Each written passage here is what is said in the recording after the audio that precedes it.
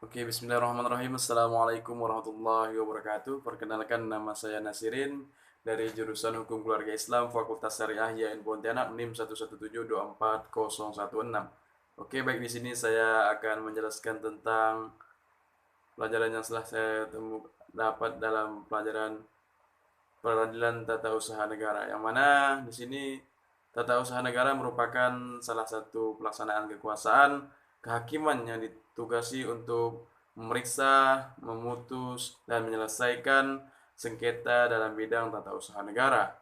Peradilan tata usaha negara ini diatur dalam Undang-Undang RI Nomor 5 Tahun 1986 tentang Peradilan Tata Usaha Negara yang telah direvisi Nomor 9 Tahun 2004 tentang perubahan atas Undang-Undang Nomor 5 Tahun 1986 tentang Peradilan Tata Usaha Negara.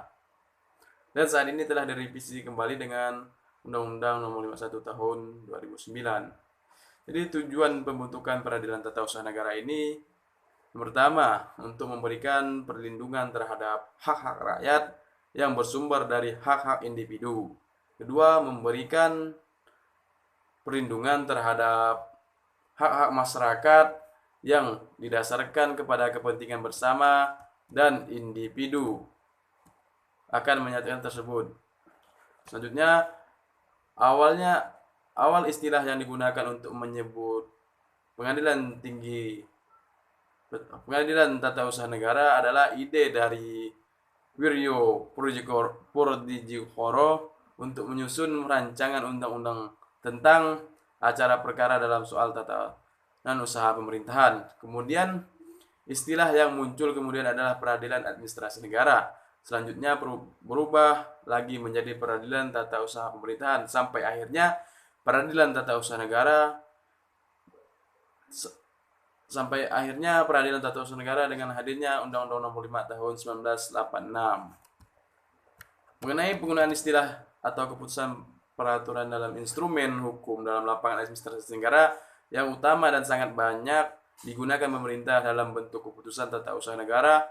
Dalam kenyataannya, seringkali negara sebagai organisasi kekuasaan umum dapat membuat keputusan yang mengikut secara hukum yang terkait dengan keputusan yang bersifat umum dan yang biasanya bersifat mengatur.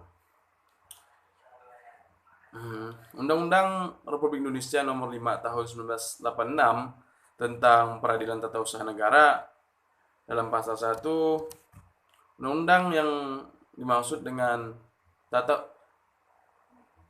usaha negara adalah administrasi negara yang melaksanakan fungsi untuk menyelenggarakan urusan pemerintahan baik di pusat maupun di daerah. Kedua, badan atau pejabat tata usaha negara adalah suatu penetapan tertulis yang dikeluarkan oleh badan atau pejabat tata usaha negara yang berisi tindakan hukum tata usaha negara yang berdasarkan peraturan perundang-undangan yang berlaku, yang bersifat konkret, individual, dan final, yang menimbulkan akibat hukum baik seseorang atau badan hukum perdata.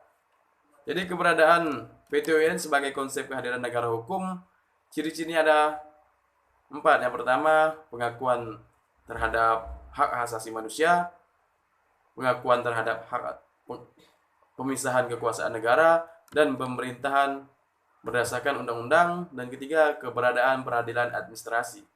Mungkin itu yang bisa dapat saya paparkan. Lebih dan kurangnya saya mohon maaf karena saya hanya mahasiswa biasa dan tak luput dari salah dan dosa. Sekian dan terima kasih. Assalamualaikum warahmatullahi taala wabarakatuh.